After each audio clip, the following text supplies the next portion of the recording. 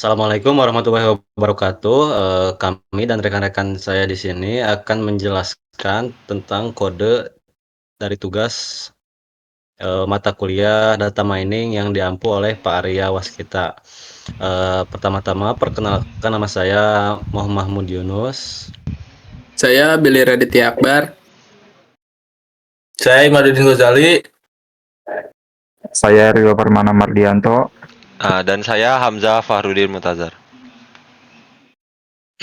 Nah, selanjutnya, saya yang pertama akan menjelaskan tentang kode dan bagaimana cara pengerjaannya. Pertama-tama saya menggunakan Google Colab untuk menjalankan atau merunning kode ini. Yang pertama dilakukan saat menjalankan kode ini yaitu kita harus mengimport library dari Python yang perlu diperlukan. Yang pertama itu ada Pandas untuk data, manipulasi data. Yang kedua itu Matplotlib untuk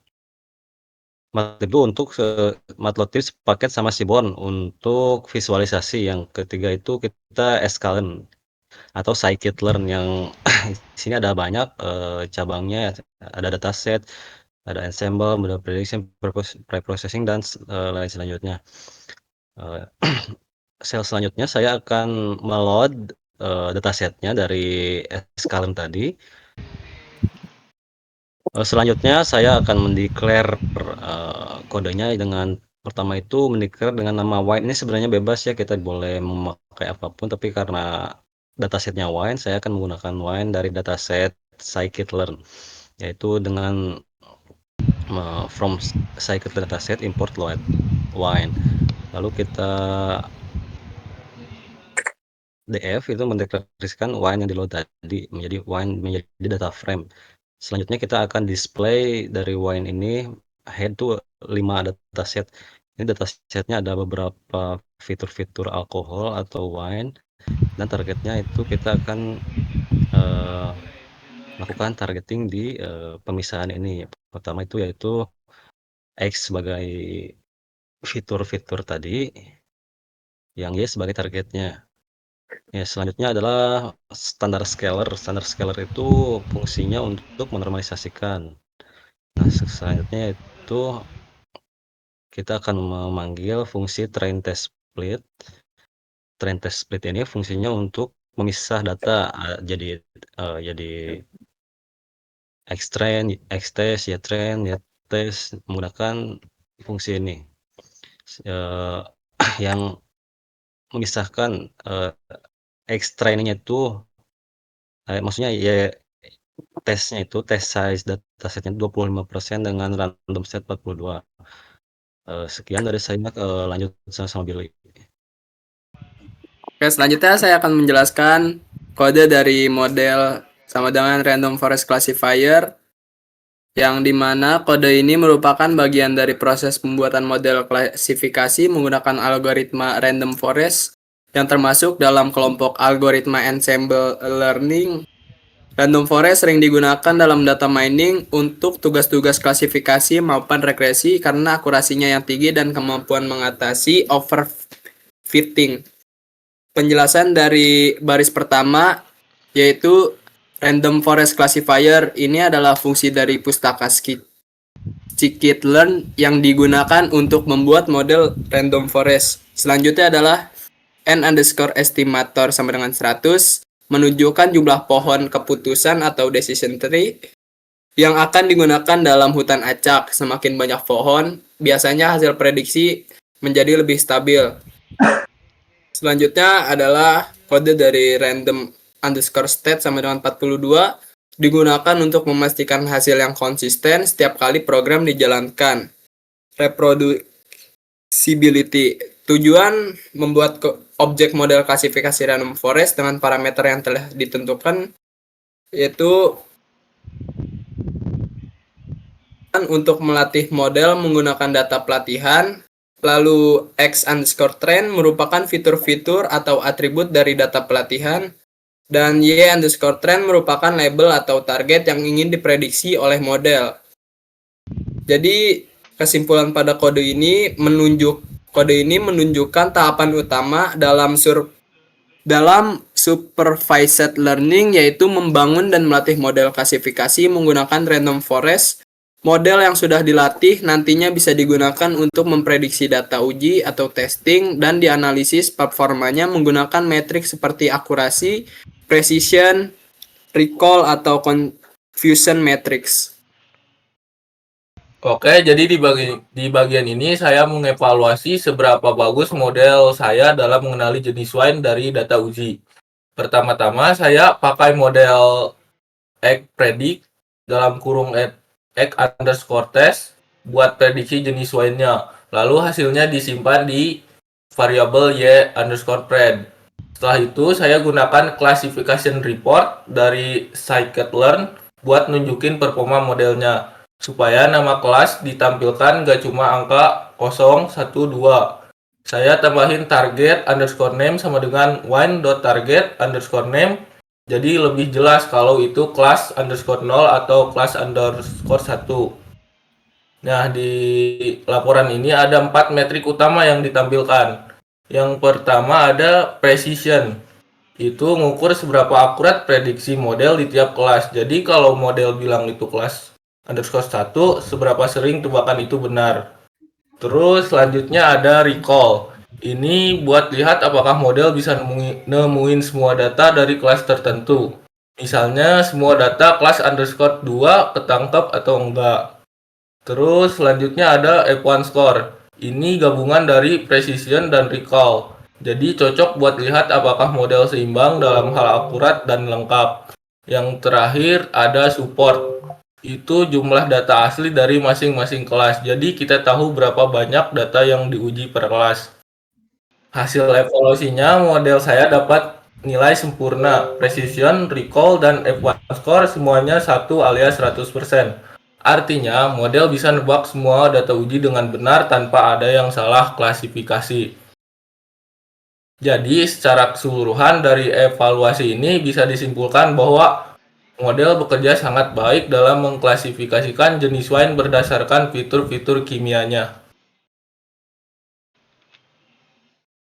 Oke, setelah model selesai dilatih dan juga dievaluasi, sekarang kita masuk ke visualisasi fitur terpenting dalam klasifikasi wine ini.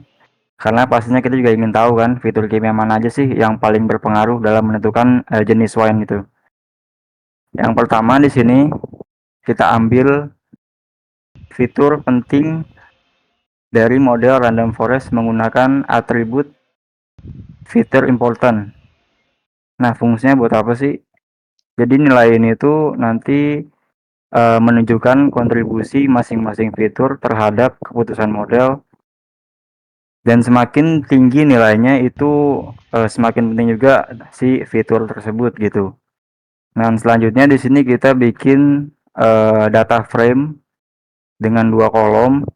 Yang pertama ada kolom fitur yang kita ambil dari wine dengan atribut feature name, lalu yang kedua ada kolom penting. Dan kita kita urutkan dari yang terpenting dulu sampai yang tidak penting. Dan ini adalah hasil dari data frame yang udah kita buat di atas. Di sini menunjukkan bahwasannya atribut yang paling penting itu menunjukkan angka yang paling tinggi gitu. Dan yang paling tinggi di sini adalah flavonoids.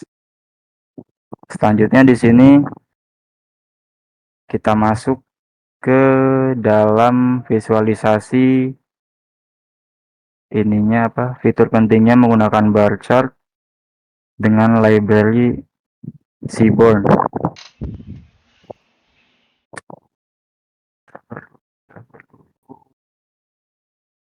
Kita buat bar chart menggunakan Seaborn dengan sumbu X. Kita isi fitur-fitur pentingnya. Tingkat dari penting sampai tidak pentingnya. Lalu di sumbu Y kita isikan fitur-fitur yang ada di dalam wine tersebut. Datanya kita ambil dari data frame. Lalu untuk paletnya kita menggunakan Viridis di sini. Untuk palet untuk title-nya kita isi fitur terpenting dalam klasifikasi wine. labelnya kita isi dengan X labelnya kita isi dengan tingkat kepentingan yang udah kita di sini ada. Lalu ya labelnya kita juga masukkan fitur kimia. Lalu selanjutnya kita panggil file layout agar semua elemen grafik tertata rapi dan tidak terpotong. Terakhir, plt.show ini digunakan untuk menampilkan grafik ke layar. Nah, grafiknya seperti ini. Untuk penjelasan grafiknya akan dijelaskan oleh rekan saya, Hamzah, silakan. Baik ya. Ini yang terakhir, kesempatan saya akan menjelaskan grafik yang menampilkan hasil analisis fitur terpenting dalam klasifikasi jenis wine ini. Pertama-tama, grafik ini disusun menggunakan library Chevron ya, dalam bahasa pemrograman Python, yang merupakan bagian dari ekosistem visualisasi data berbasis Matplotlib. Nah, saya akan menjelaskan dulu. Kita harus pahami dulu ya elemen-elemen visual yang terdapat pada grafik ini. Pertama itu ada sumbu vertikal ya, y-axis. Itu di sisi kiri sumbu Y kita dapat melihat daftar fitur kimia yang digunakan sebagai input untuk model klasifikasi. Nah, fitur-fitur ini antara lain ada yang paling atas itu kan flavonoids, lalu ada color intensity, alkohol, proline, dan lain sebagainya. Daftar ini disusun dari atas ke bawah berdasarkan tingkat kepentingannya yang tadi sudah Rio jelaskan. Lalu sumbu horizontal x-axis. Di bagian bawah sumbu X terdapat nilai yang mempresentasikan tingkat kepentingan. Nilai ini menunjukkan seberapa besar kontribusi masing-masing fitur terhadap keputusan model klasifikasi. Semakin panjang batang arah ke kanan, itu berarti semakin penting fitur tersebut. Lalu ada warna batang, color gradient. Nah, warna batang ini dihasilkan menggunakan palet Viridis. Ya, Viridis itu batang ya. Yaitu skema warna gradasi dari hijau kebiruan hingga kuning cerah. Meski tidak digunakan sebagai indikator kuantitatif dalam grafik ini, warna membantu meningkatkan keterbacaan dan kontras antar fitur. Lalu fitur yang memiliki pengaruh paling besar, ya tadi itu paling atas ya, terlihat flavonoids. Senyawa ini merupakan salah satu jenis polifenol yang secara alami terdapat dalam anggur dan sangat mempengaruhi rasa serta kualitas wine. Berdasarkan hasil analisisnya, flavonoids merupakan fitur yang paling informatif dalam membedakan jenis wine. Nah, lalu di bawahnya diikuti oleh color intensity atau intensitas warna yang logis menjadi penentu karena perbedaan warna sangat erat kaitannya dengan jenis dan proses pembuatan wine. Selanjutnya terdapat alkohol yang juga memiliki tingkat kepentingan tinggi mengingat kadar alkohol biasanya bervariasi antara jenis wine dan sangat dipengaruhi oleh fermentasi. Lalu ada fitur penting lainnya yaitu proline. Proline itu asam amino yang secara unik banyak ditemukan dalam wine dan turut berkontribusi terhadap ciri khas masing-masing jenis. Kemudian terdapat yang di bawahnya itu OD280 itu off dilute wine yang merupakan indikator kandungan fenolik serta hue yang mengacu pada warna spektrum wine. Nah, di sisi lain fitur seperti yang di bawahnya lagi itu ada S atau non-flavonoid phenols dan anthocyanins memiliki kontribusi yang lebih rendah terhadap klasifikasi. Nah, hal ini menunjukkan bahwa perbedaan antar jenis wine pada fitur-fitur ini tidak terlalu signifikan. Nah, jadi kesimpulannya, apabila kita ingin melakukan seleksi fitur untuk menyederhanakan model tanpa mengorbankan akurasi secara signifikan, maka kita dapat mempertimbangkan untuk memprioritaskan fitur-fitur dengan tingkat kepentingan tertinggi. Ya, yang tertinggi itu, ya itu ada flavonoids. Sudah. Sekian dari kami, kurang lebihnya mohon maaf. Wassalamualaikum warahmatullahi wabarakatuh.